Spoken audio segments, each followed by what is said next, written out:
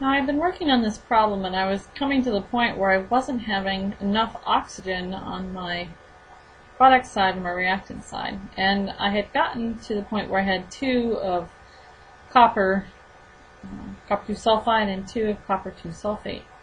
After reconsidering it for a time, I am going to rework what I have so far. If you look at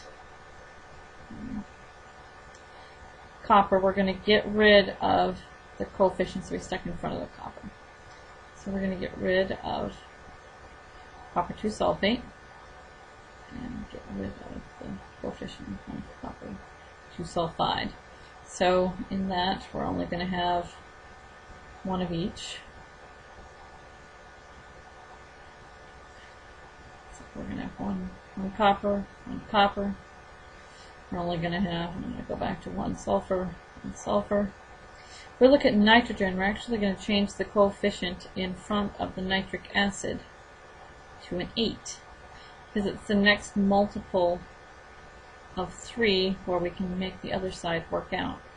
So if we look at the coefficient, here we have 24 oxygen. We don't want to do anything more with the copper sulfate, so we're going to leave that as it is, but we're going to change the coefficient in front of the water. I'm going to make that a 4. And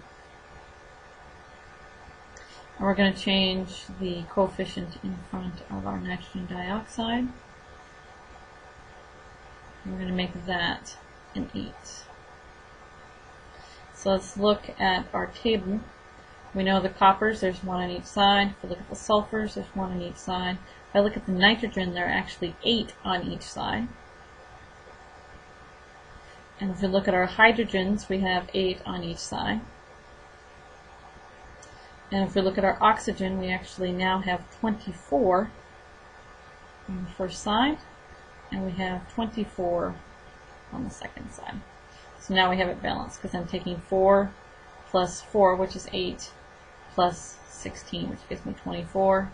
And I'm taking the 8 times 3, which gives me 24.